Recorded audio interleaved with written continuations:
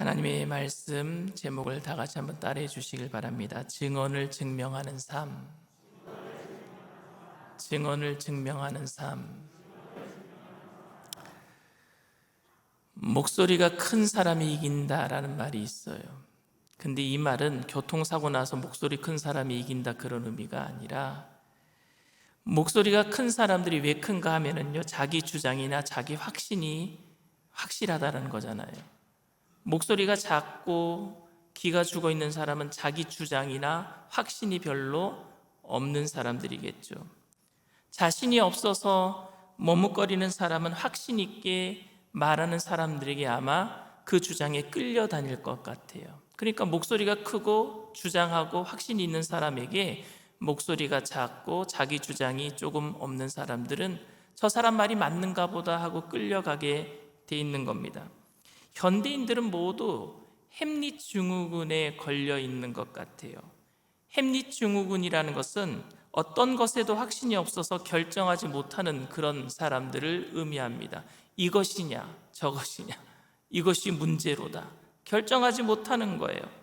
우리들은 세상에 살아가면서 얼마나 많은 확신을 가지고 얼마나 정확한 결정을 하면서 여러분들 살고 있습니까? 저는 누군가가 어떨 때는요, 다 결정해 줬으면 좋겠어요. 제가 담임 목사가 된 이후로부터 웬만한 건 저보고 다 결정하라고 서류가 다 올라오거든요. 근데 저도 제가 결정하면서 어떤 생각이 드냐, 이거 내가 정말 결정을 잘하고 있는 것인가 의문이 들 때가 있습니다. 그래서 저 대신 누가 좀 결정을 해주는 사람이 있었으면 좋겠습니다. 저는요, 중국집에 가면은요, 짜장면을 먹을까 짬뽕을 먹을까 그것도 잘 결정을 못합니다. 그래서 저희 집사람이 뭐 먹으라고 결정해 주면요, 그걸 그냥 먹습니다. 어떤 사람들은 군사 독재 정권 때가 좋았다라고 말하기도 합니다. 독재자가 다 알아서 결정해 주고 국민들은 그냥 생각 없이 따라가기만 하면 되니까 말입니다. 근데 이제는 다 우리가 결정해야 돼요. 좋은 선생은요, 정답을 가르쳐 주는 것이 아니라 문제를 통해서 정답을 찾게 해주는 게 좋은 선생 아닙니까? 그렇죠. 그런데 여러분, 위기와 갈등의 순간에는 확실한 답을 주는 사람이 좋지 않겠습니까? 위기의 순간 확실하게 누군가가 정답을 주면 좋겠습니다. 우리들은 무엇인가 확실하게 보이기 전까지는 결정을 유보하면서 살아가기도 합니다. 하나님을 믿는 사람도 하나님께서 무엇인가 확실히 보여줄 때까지 그냥 결정하지 못할 때가 있어요. 제가 2007년도인 것 같아요. 2006년도, 2007년도에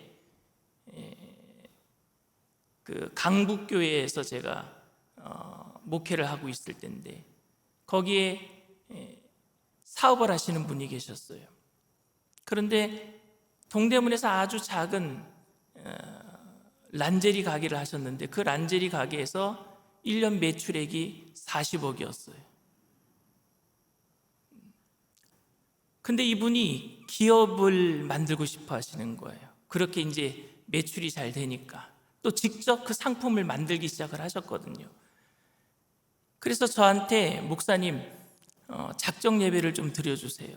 그래서 제가 일주일 동안 새벽에 나가서, 왜냐하면 동대문이니까 새벽 시장이니까 새벽에 나가서 작정 예배를 드렸어요. 그리고 작정 예배를 드린 다음에 10평, 14평 남짓한 그 가게에서 나와서 우리가 200평 이상 얻는 그런 매장을 얻어서 대리점을 모집을 하고, 그래서 회사로 만들자고, 주식회사로 만들자고 제가 선포를 했습니다. 그런데 그분이 정말 그래도 될까요? 물어보는 거예요. 일주일 동안 작정 예배를 왜 드렸느냐고요. 그래서 제가 그분께 무슨 얘기를 했느냐 하면요, 하나님이 밥숟가락을 놔줬으면 우리가 떠먹을 줄은 알아야지 떠먹어 주실 때까지 우리가 기다리면 되겠습니까? 그래서 시작을 했어요. 그래서 지금은 기업이 됐거든요. 제가 말씀드리면 여러분들이 알 수도 있는 그런 기업이 되었는데, 그런데 그분들도 확실할 때까지, 눈에 보여질 때까지 결정을 유보하셨단 말입니다. 그렇게 결정하는 게 쉬운 일이 아닙니다. 이때 필요한 것은 정말 신뢰할 만한 사람의 말과 행동이에요. 그 사람의 말이라면은 팥으로 메주를 쓴다 그래도 믿을 만한 사람이에요. 그런 사람이 무엇인가 확실하게 결정을 해주면은 믿고 따라가면 되니까요. 그 사람의 말이나 행동이 이때 우리들에겐 큰 도움이 되기도 합니다. 기독교는 이런 신뢰받을 만한 믿음의 선진들의 증언과 그 증명하는 삶을 통해서 그 기초 위에 교회가 세워져 갔습니다. 정말 믿을 만한 사람들을 그 복음의 그 증언에 증명하는 삶을 사는 그 사람들의 삶을 통해서 교회가 세워져 갔단 말입니다. 근데 오늘날 여러분, 교회의 문제가 무엇이라고 생각하십니까?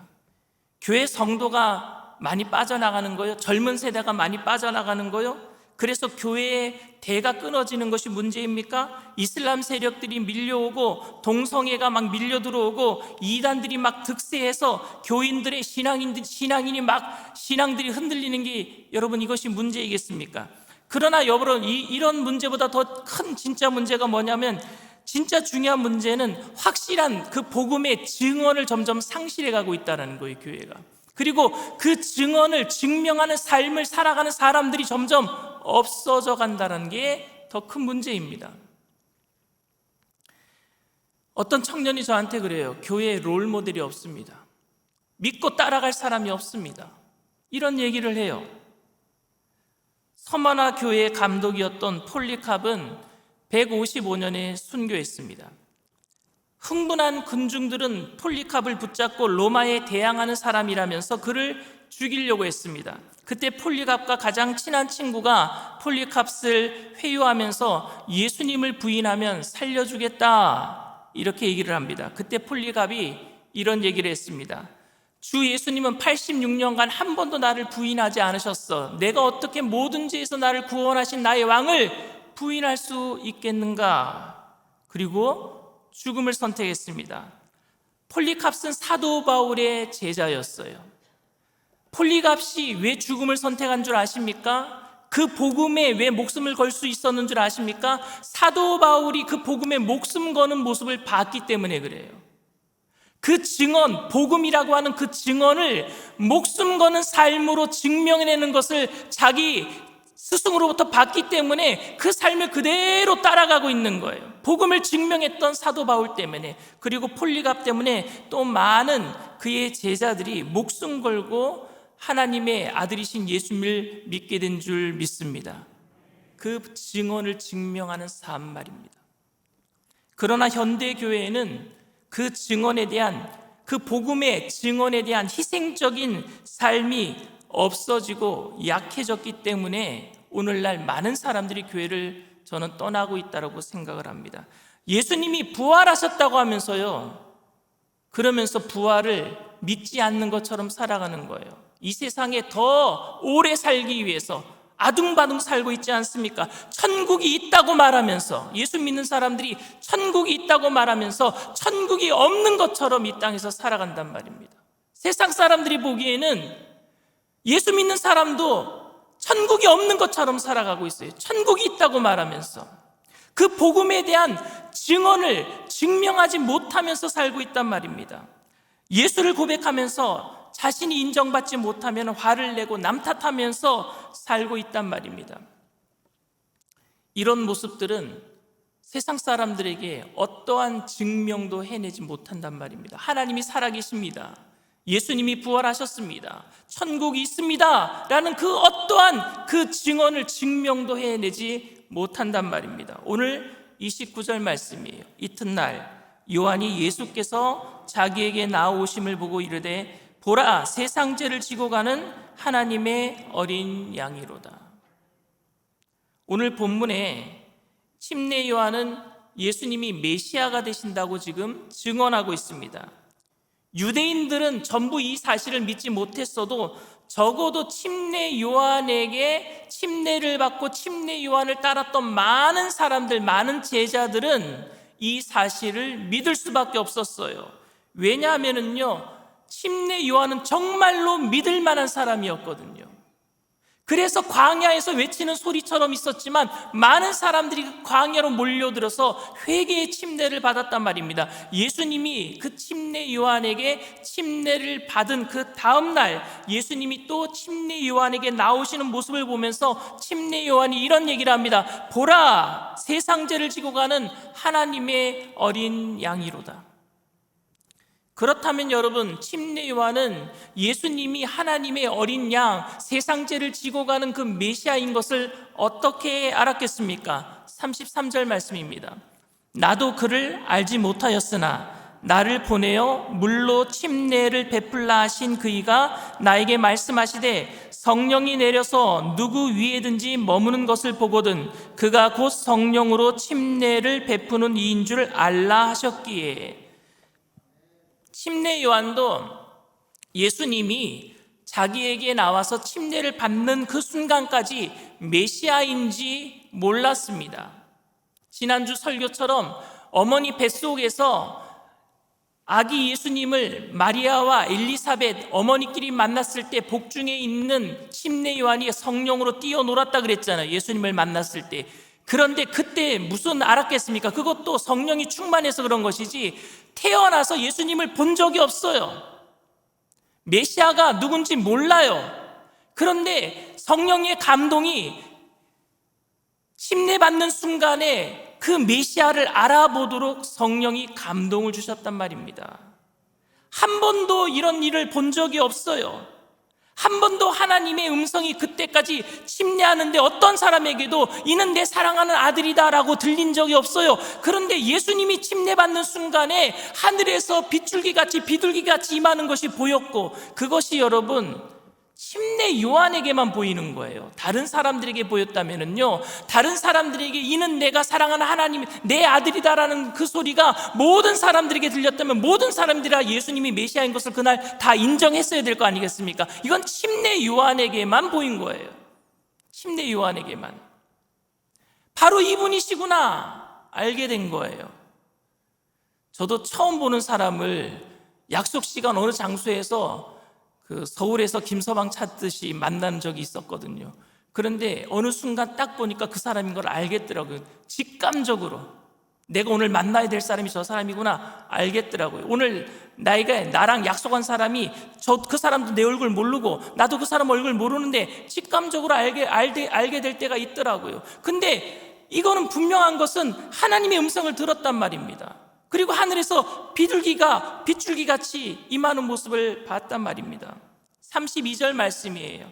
요한이 또 증언하여 이르되 내가 보매 성령이 비둘기같이 하늘로부터 내려와서 그의 위에 머물렀더라. 난생 처음 이런 장면을 목격하는 거예요. 침례를 주면서. 이 현상은 지금 침례 요한만 보고 있는 것입니다. 그리고 하늘이 열리고 이는 내 사랑하는 아들이다 라고 음성이 들립니다. 이때 침례 요한이 해야 될 일이 뭐예요? 증언을 해야 돼. 이분이 메시아라는 것을 증언을 해야 되는 거예요.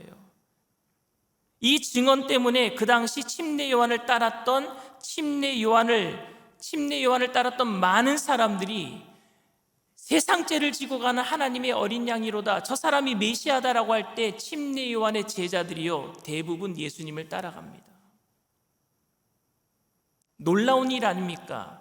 침례 요한이 얼마나 그 증언을 증명하는 그 거룩한 삶, 깨끗한 삶을 살았으면 그 말 한마디에 많은 사람들이 예수님에게 다 따라가느냐 말입니다. 그만큼 침례 요한이 하는 말을 믿을 수밖에 없었다라는 거예요. 침례 요한은 이렇게 얘기를 하면 나는 광야에 외치는 소리다. 나는 그분의 신발끈도 풀기를 감당하지 못하겠다. 그분은 우리의 죄를 지고 가시는 하나님의 어린 양이다. 그렇게 증언했을 때에 많은 사람들은요 침례 요한의 삶을 보았을 때 그 말이 진실임을 알 수밖에 없었습니다. 증언을 증명하는 삶이 있었기 때문에 침례 요한이 하는 말을 사람들은 믿을 수밖에 없었어요. 그래서 많은 제자들이 한꺼번에 예수님을 따라가게 됩니다. 그런데 마태복음 11장에 보면은 침례 요한이 이런 감옥에 갇혔을 때예요. 감옥에 갇혀서 침례 요한의 제자들이 예수님이 메시아가 아닌 것 같아요. 예수님이 죄인들과 맨날 그렇게 그냥 먹고 마시고 그럽니다. 그런 이야기를 감옥에 와서 침례 요한의 제자들이 얘기를 하니까 그때 침례 요한이 제자들에게 예수님께 가서 한번 물어봐라. 오시리가 당신 맞습니까? 다른 사람을 내가 기다려야 합니까? 물어봐라 라고 감옥에서 이야기를 합니다. 요한이 자신의 제자들을 보내서 예수님께 한번 물어보라고 하는 겁니다. 이게 여러분 무슨 일입니까? 언제는 예수님을 세상 죄를 지고 가는 하나님의 어린 양이라고 하더니 이제는 의심하고 있는 것입니까? 절대 아니에요, 여러분. 절대 의심이 아닙니다. 이는 예수님의 사역이 자신이 기대했던 메시아의 사역이 아니었기 때문에 자신이 믿고 있는 메시아의 사역인지에 대한 확인이 필요한 거예요. 그분을 의심해서가 아니라 당신이 메시아가 맞는데 내가 생각한 메시아의 사역과는 조금 틀린데 날 좀 더 확실하게 믿을 수 있도록 확인시켜 주세요 라고 확인하는 과정입니다. 예를 들면 제가 주일날 사랑에 대해서 설교를 했다고 합시다. 그런데 사랑합시다라고 설교해놓고 제가 사랑하지 아니하고 그냥 미워하고 갈등을 일으키며 살아간다면 여러분들은 나한테 확인을 해야 됩니다. 목사님 사랑하자고 했잖아요. 정말 목사님 맞습니까? 확인을 해야 되잖아요. 저를 믿는다면 확인을 해야죠. 침례 요한이 생각하는 메시아는요, 종말론적인 메시아였습니다. 심판주로 오시는 메시아였단 말입니다.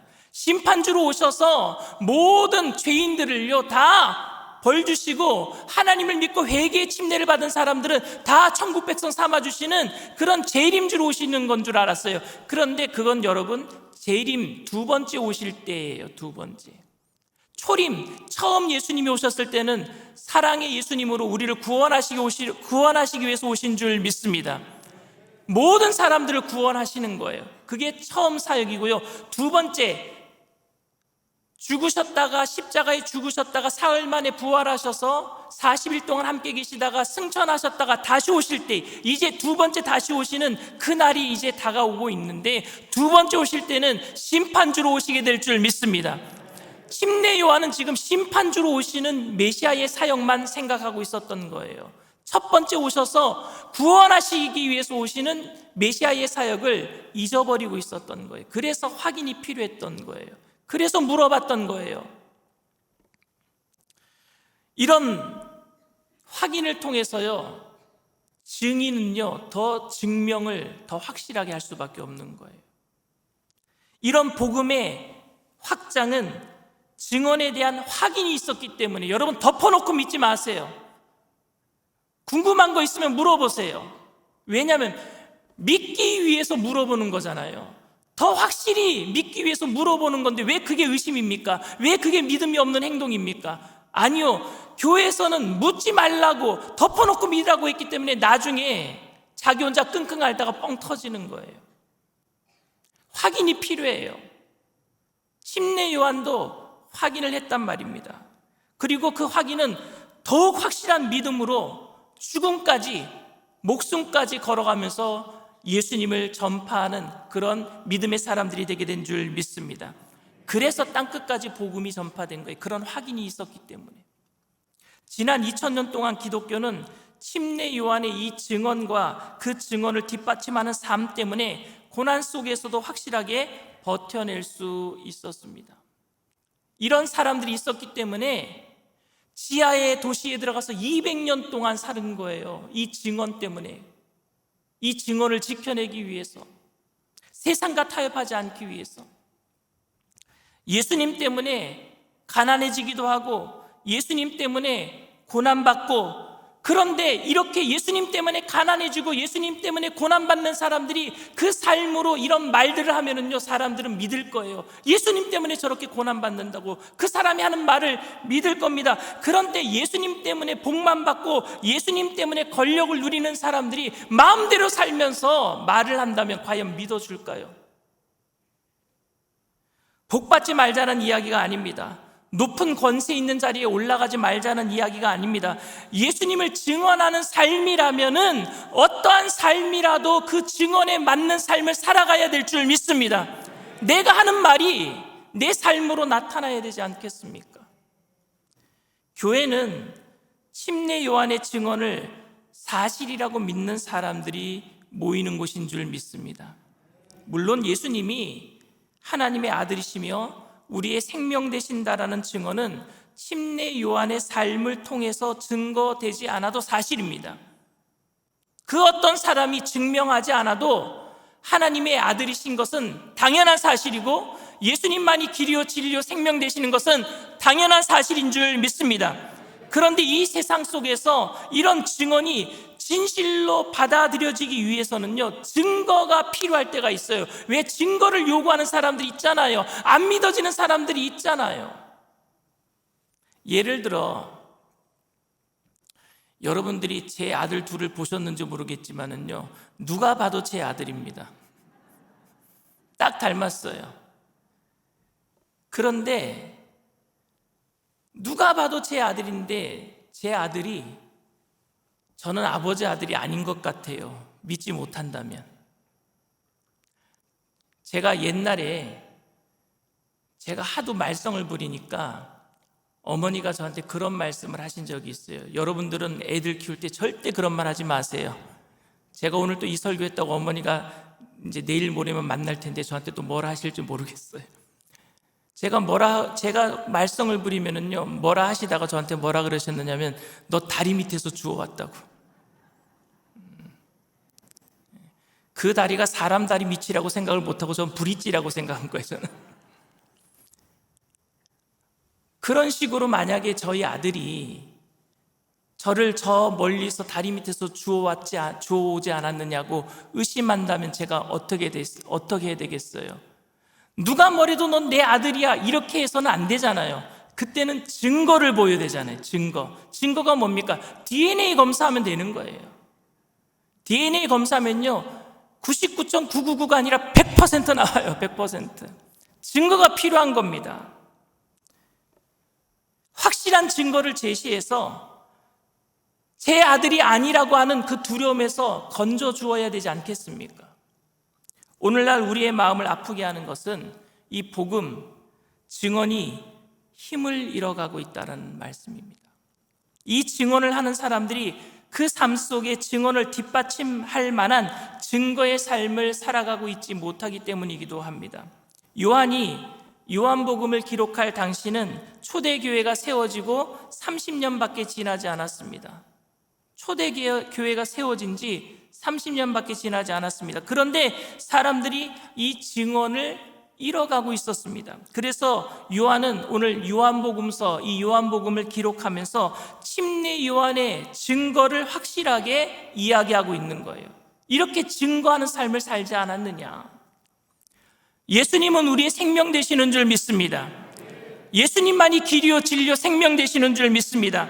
이런 진실한 고백이 없이 교회의 조직, 교회의 사역, 충분히 그것 가지고도 교회는 부흥할 수 있습니다. 그러나 교회는 커질지 모르겠지만 그것은 예수님의 사역과는 무관한 것입니다.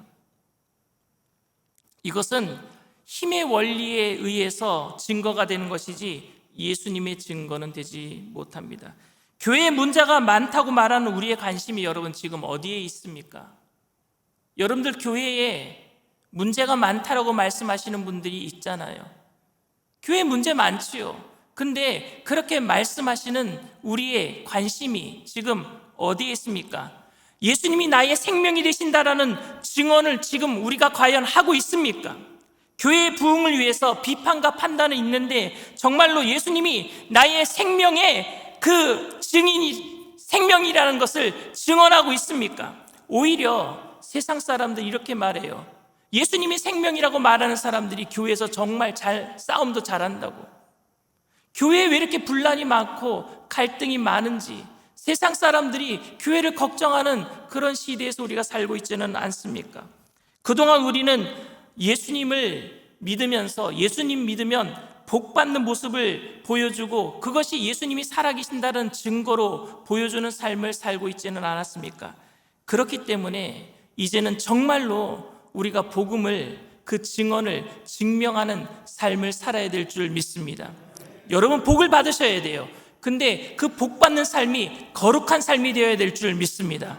거룩한 삶 속에서 복을 받으면서 나눠주고 꾸어주고 베풀면서 내가 복 받은 것이, 이것이 내가 이 복 받는 것으로 나만 잘 먹고 잘 사는 것이 아니라 하나님께서 나에게 주신 것이니까, 내가 세상 사람들을 위해서 천국이 나의 것이니까 천국 가기 위해서 나누기 위해서 삽니다. 그런 증명을 하는 삶을 살게 되기를 원합니다.